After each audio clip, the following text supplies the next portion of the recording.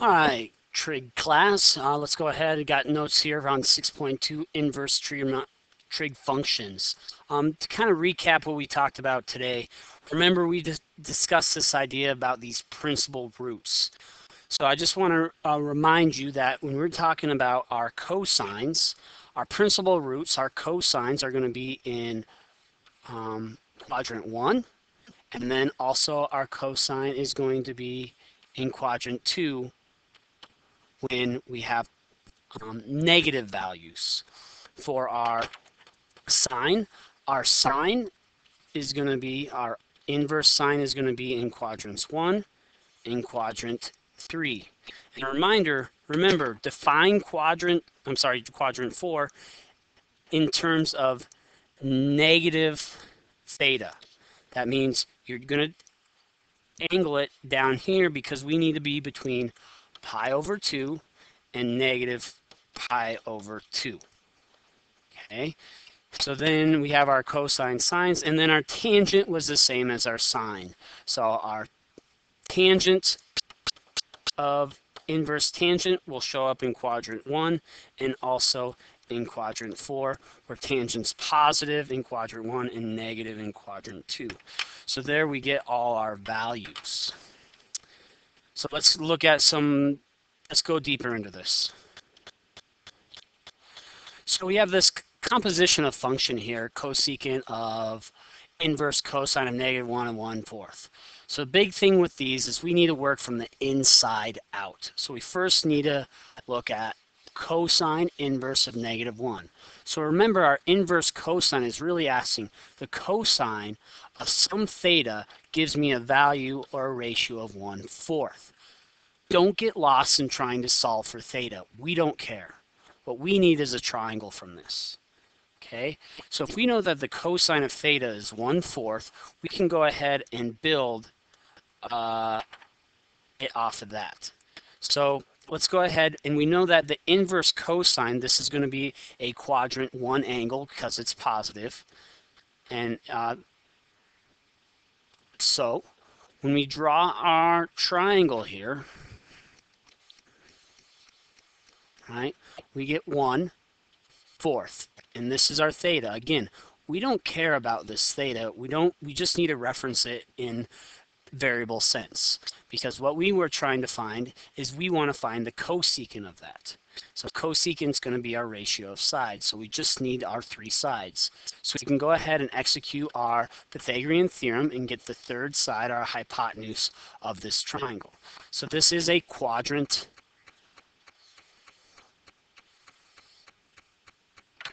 1 angle, because our principal angle there, where its cosine's positive, will give us it in the quadrant 1.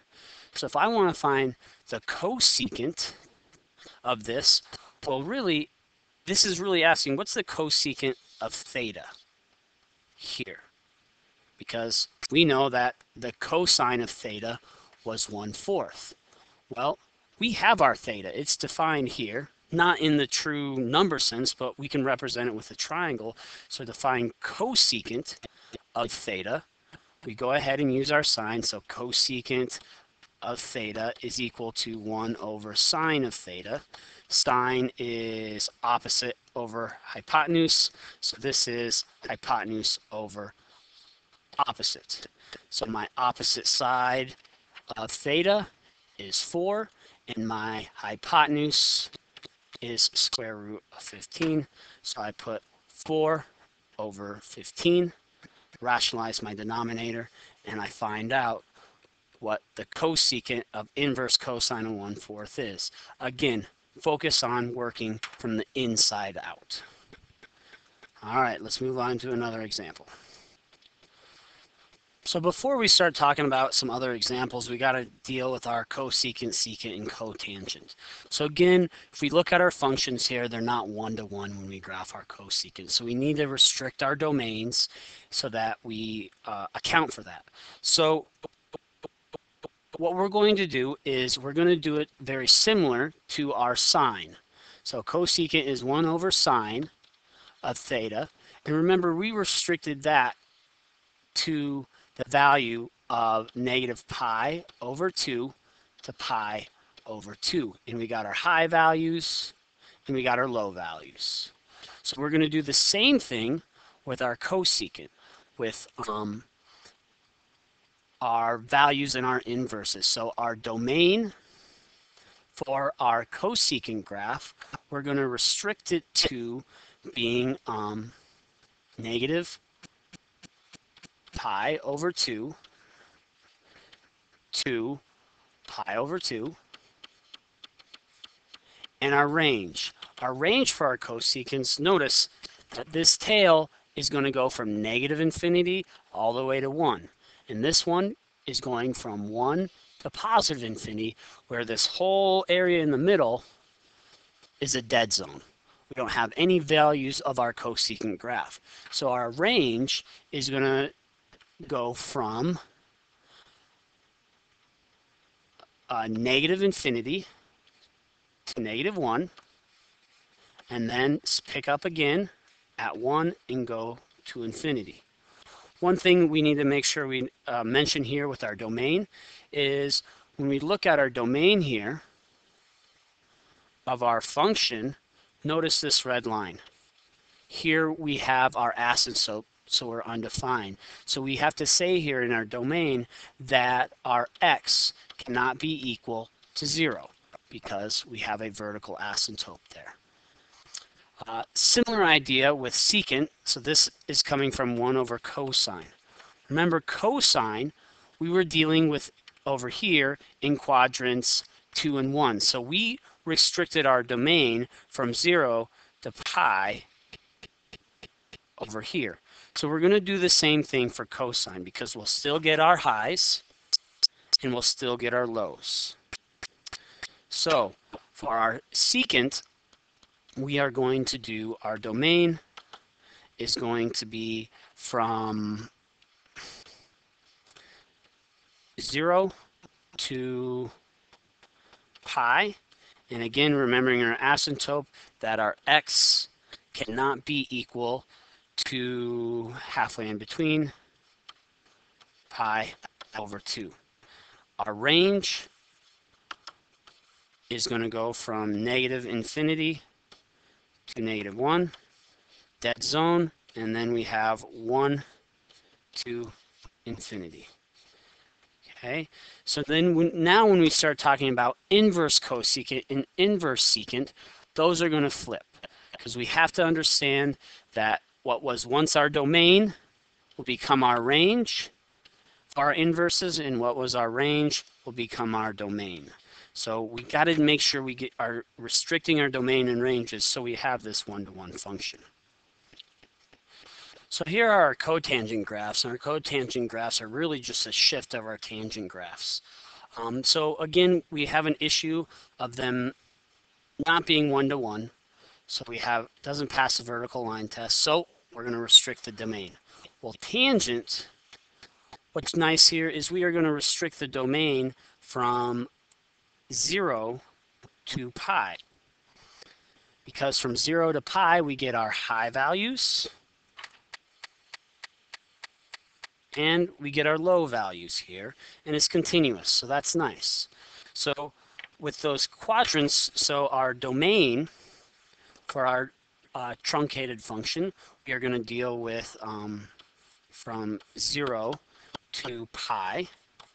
And we don't have any undefined points within that range other than 0 and pi. So I guess technically it's not inclusive because it's not defined on those endpoints. So round those out.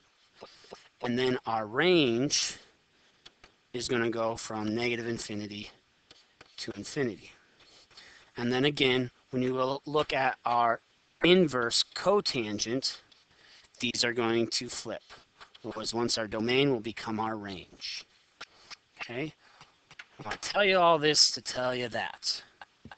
So, as we talked before, we're going to be dealing with our principles. So it's nice about the cosine and sine.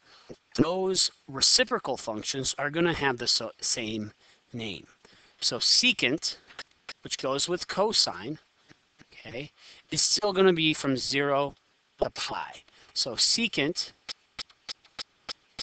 inverse secant, is going to give us our principal angle back in quadrant 2 if negative, and positive quadrant 1.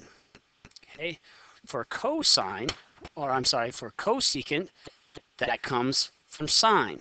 Well, just like sine, we had from pi over 2 to negative pi over 2, cosecant is going to be the same. And of course, there's a twist here, and the twist is with our cotangents.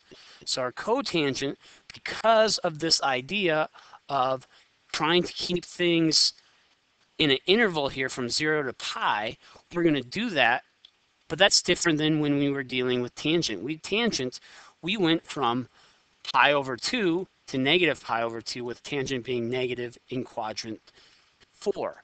So with cotangent, notice we're from 0 to pi.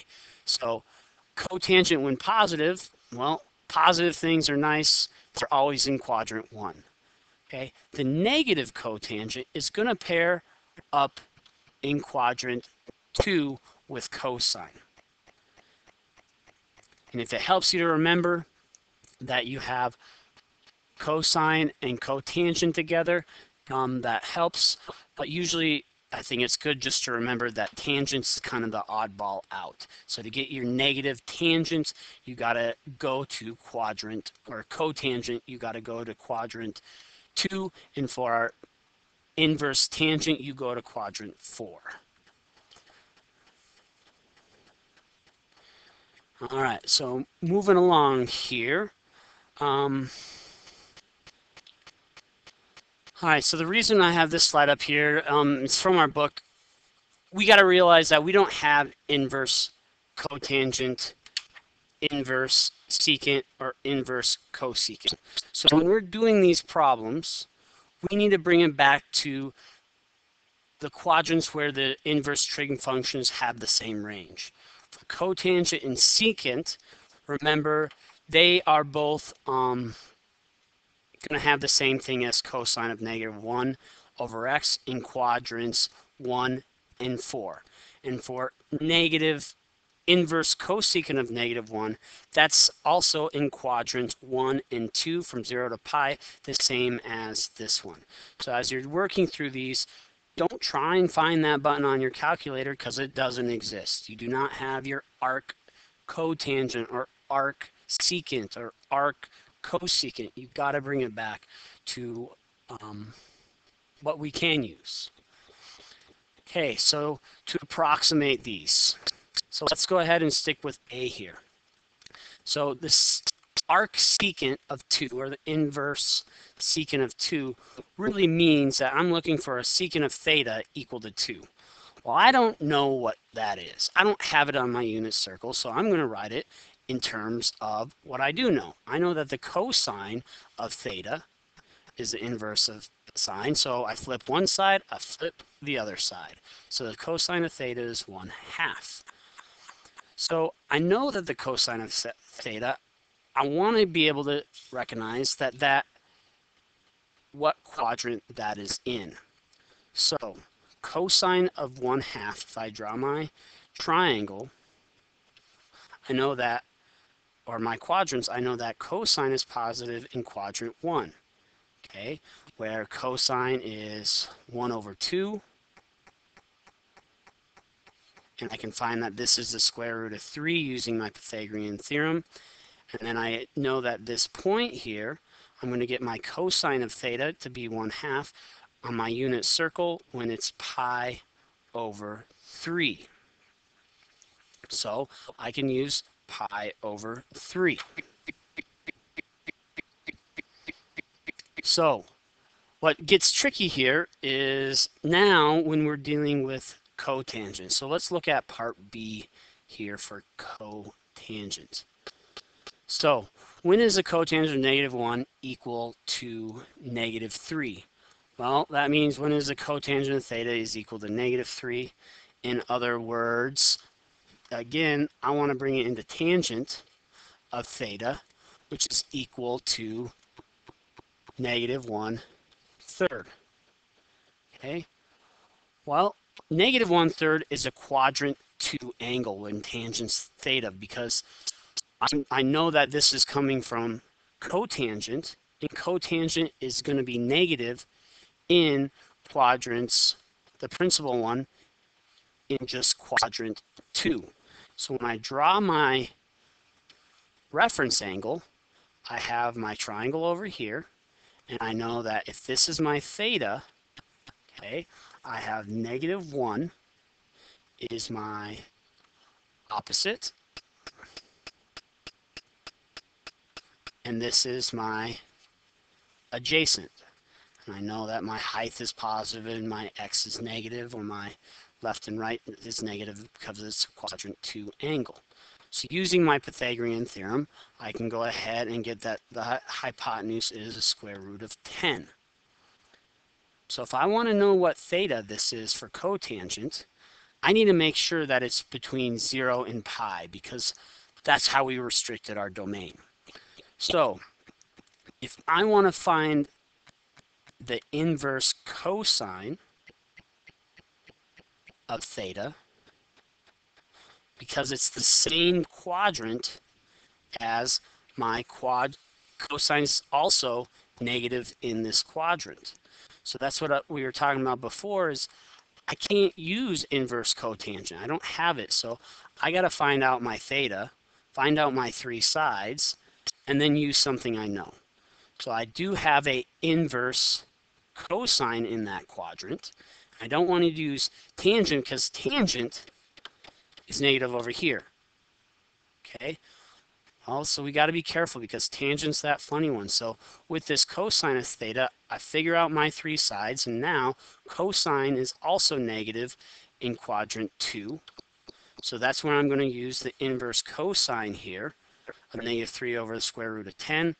Plug it in my calculator, I get 2.8 blah, blah, blah. Okay, we know this is slightly less than pi because pi is roughly equivalent to 3.14. So not quite pi on our turn, a little bit less. That should make sense. All right, thanks a lot for your notes tonight. I'll see you in class tomorrow. Ready to rock and roll.